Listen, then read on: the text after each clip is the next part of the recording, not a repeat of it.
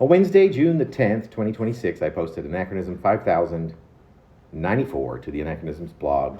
It begins with a quote, "Those who don't know history are doomed." And that is from, it's not original, but in this case it's from the trailer for HBO's Life, Larry, that's Larry David, and the Pursuit of Happiness, an almost history of America that's apparently coming out this year.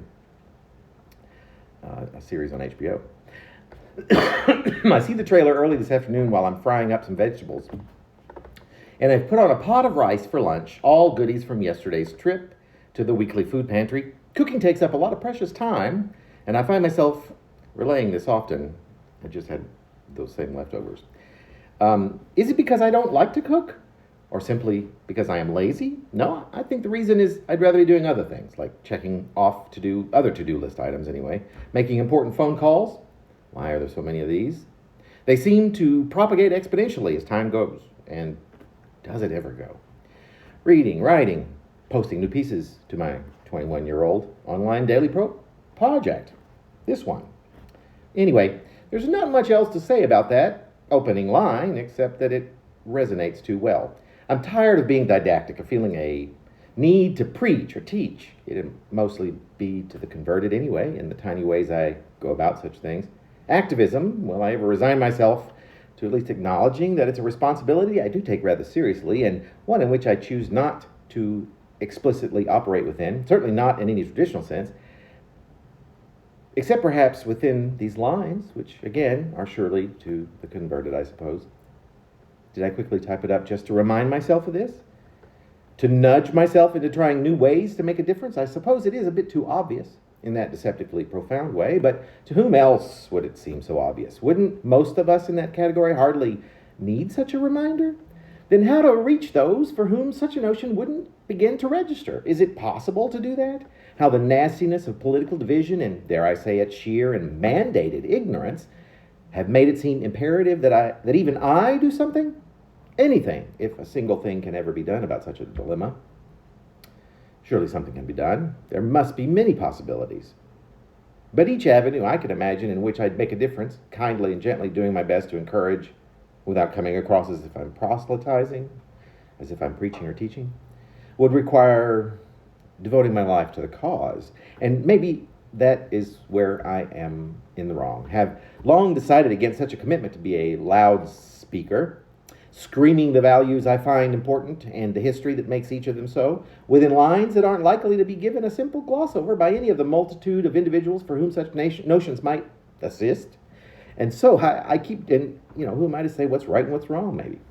And so I keep doing as I do, all the while pondering how imperative it is to go further, to find at least a balance between devotion to a cause or two and my otherwise hedonistic or artistic or financial tendencies, so that in the end I have taken down this little quote from a cute, perhaps poignant new Larry David vehicle coming out on television soon, just to verify that a cynic, a comedic celebrity, is doing more to make the world a better place than I ever will.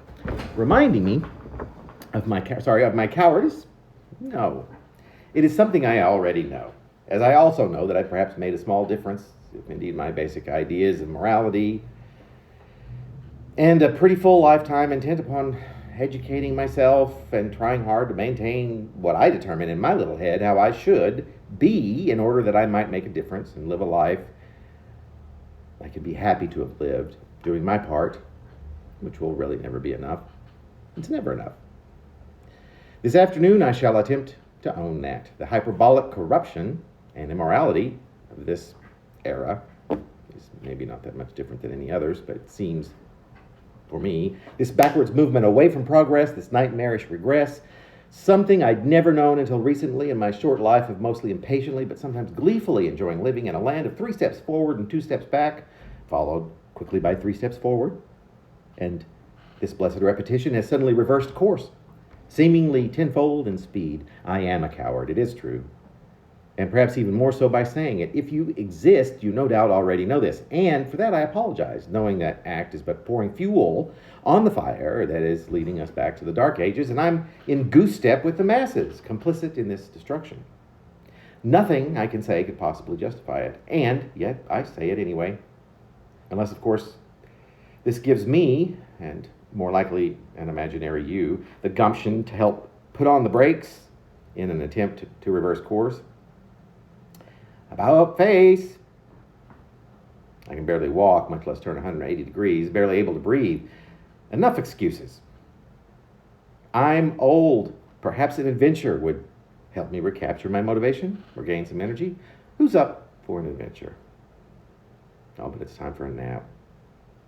Here in the isolation booth, I decide to sit motionless. Is that staying the course?